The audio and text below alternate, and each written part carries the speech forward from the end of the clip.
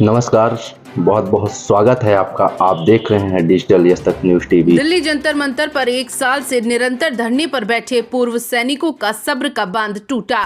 3 अप्रैल को करेंगे उग्र आंदोलन। सरकार अगर बात नहीं मानी तो किसान आंदोलन को करेंगे समर्थन। नमस्कार, आप देख रहे हैं यश तक न्यूज टीवी। आपको बता दें, सेना की विषम गतियों को लेकर 20 फरवरी 2023 से दिल्ली जंतर मंतर में पूरे हिंदुस्तान के पूर्व सैनिक सबका सैनिक संघर्ष कमेटी के साथ मिलकर धरना प्रदर्शन कर रहे थे। हमारे संवाददाता से बात करते हुए सबका सैनिक संघर्ष कमेटी के प्रदेश अध्यक्ष यज्ञ प्रताप सिंह ने बताया कि 1 साल के अंदर संविधान के दायरे में रहते हुए हमने अपनी मांगों को लेकर सरकार की हर संबंधित अधिकारी को जानकारी पहुंचाई है। साथ ही हमारा संगठन 12 बार भारत के रक्षा मंत्री से मुलाकात कर चुका है और उनको इस समस्या के बारे में अवगत कराया गया है। इसके बावजूद भी अभी तक सेना के जवानों की समस्या को लेकर सरकार के द्वारा किसी प्रकार की कोई प्रतिक्रिया नहीं की गई है, जिससे परेशान होकर सैनिकों ने 3 मार्च को दिल्ली में उग्र प्रदर्शन करने का आह्वान किया है। आइए सुनते हैं सबका सैनिक संघर्ष कमेटी के प्रदेश अध्यक्ष यज्ञ प्रताप सिंह ने क्या कुछ कहा मांगों को लेकर। Bureau report, Rewa. हमारा सम्मान नहीं है। हमने अपनी जवानी 18 साल की उम्र से लेके और 50 साल तक मैंने सेना में अपने आप को कुर्बान कर दिया, और जब हमें मूलभूत ज़रूरतों से गुजरना पड़ रहा, हमारे बच्चे बड़े हो रहे हैं, हमारी लड़कियां शादी के लिए हो रही हैं, और हमारी जो मूलभूत समस्याएं हैं उनको लेकर हम अप्रोच कर रहे हैं। आप अपनी तो पेमेंट बढ़ा लेते हैं, अपनी सुविधाएं तो बढ़ा लेते हैं। हमने छोटी सी बात कही है कि हमारी एक बेसिकली सैलरी जो सिस्टम है उसको बढ़ा दीजिए महंगाई को देखते हुए। जो कैटेगरी जवान है, जो युद्ध के दौरान घायल जवान है, और रणनीति हमारा जो फैसला है, हमारे दो फैसले किए गए हैं। एक तो भारत के रक्षा मंत्री और प्रधानमंत्री जिस भी स्टेट से चुनाव लड़ेंगे, हमारे प्रगट सिंह हैं जो इसके संरक्षक मंडल हैं, वो 95 वर्ष के हैं। जहाँ से भी ये लोग चुनाव लड़ेंगे, रक्षा मंत्री और प्रधानमंत्री, उनके खिलाफ हम चुनाव लड़ेंगे और लोगों को घर घर जाकर बताएंगे कि जिसको आप वोट कर रहे हैं ये वही शख्स है जो जवानों के, आपके बेटे और आपके बच्चे, आपके पति और आपके भाई का कितना सम्मान ये कर रहे हैं। आप लोग देखिए, लाइन वर्कर अगर देश का है तो सबसे ज़्यादा जवान है, और जो फ्रंट लाइन वर्कर है सबसे ज़्यादा रिक्स है। जो एक रिक्स अलाउंस भत्ते के नाम से आप पेमेंट कर रहे हैं, उसको जो सबसे ज़्यादा जिस जवान को रिक्स है उसे आप 5200 रुपये दे रहे हो, और जो नॉर्मल रिक्स में रहते हैं उन्हें आप 15,000 दे रहे हो या 10,500 दे रहे हो। तो हमारी जो मेन मांग ये थी कि आप या तो समान कर दीजिए, मुझे नहीं चाहिए 5200 सबकी कर दीजिए, या फिर इस तरह से विसंगतियाँ मत करिए कि एक जवान की जो बॉडी की वैल्यू है वो 5200 है, और एक जो एसी में बैठा हुआ अधिकारी है उसकी बॉडी की वैल्यू 15,000 है। ऐसा मत करिए।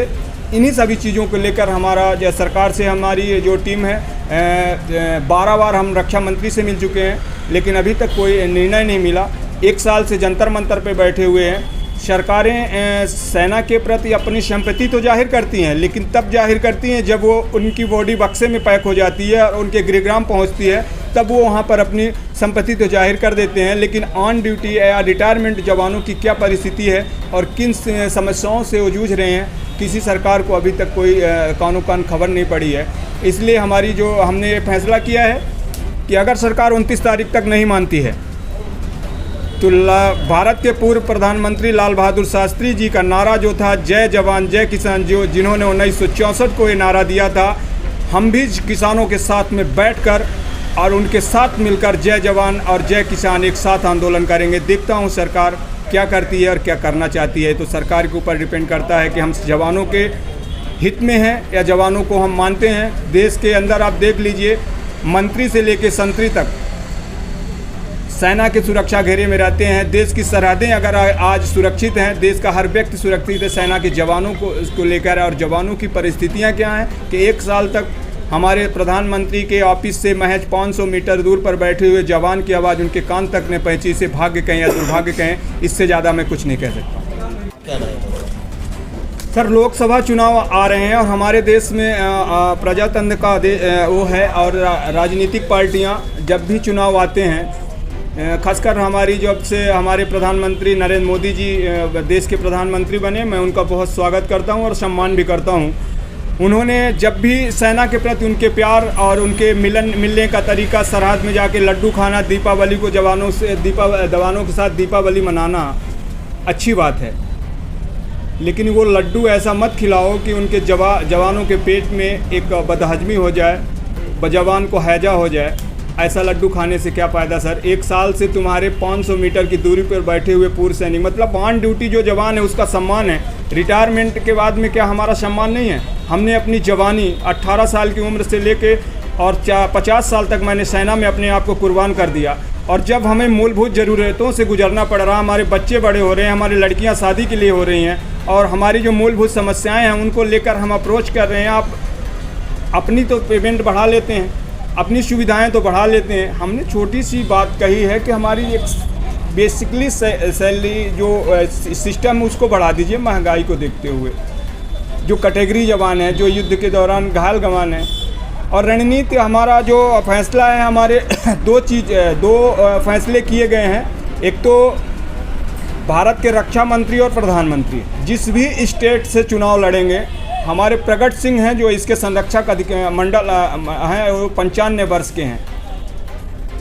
जहाँ से भी ये लोग चुनाव लड़ेंगे, रक्षा मंत्री और प्रधानमंत्री, उनके खिलाफ हम चुनाव लड़ेंगे और लोगों को घर घर जाकर बताएंगे कि जिसको आप वोट कर रहे हैं ये वही शख्स है जो जवानों के, आपके बेटे और आपके बच्चे, आपके पति और आपके भाई का कितना सम्मान ये कर रहे हैं। आप लोग देखिए, हम तो पहले से इनसे निवेदन कर रहे हैं 1 साल से कि हमारी बात आप मान लीजिए सर।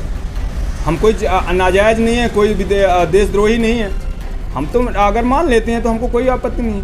हम अपने पर्सनल के लिए थोड़ी नहीं कह रहे हैं कि हमारे घर में आके आप काम करिए। हम ये कह रहे हैं कि पूरे हिंदुस्तान की जो सेना है, जिसके सुरक्षा घेरे में हिंदुस्तान का एक छोटा सा बच्चा से लेके बुजुर्ग से लेके सब चीज़ उसके घेरे में है, और उसी को आप इस तरह से नज़रअंदाज करना अच्छी बात नहीं है। अग्निवीर योजना को लेकर भी आपने एक प्रश्न चिन्ह खड़ा कर दिया 1 करोड़ रुपए लेके, तो क्या इसमें क्या है, थोड़ी रोशनी डालिए सर। अग्निवीर देखिए, अग्निवीर इन्होंने बनाया, पता नहीं किस बेसिस पे बनाया, किस विचार से बनाया, ये तो इनकी सोच है। इनके जो सलाहकार हैं, जो सुरक्षा सलाहकार हैं, सेना को किस तरह से बनाना चाहते हैं मैं नहीं जानता हूँ।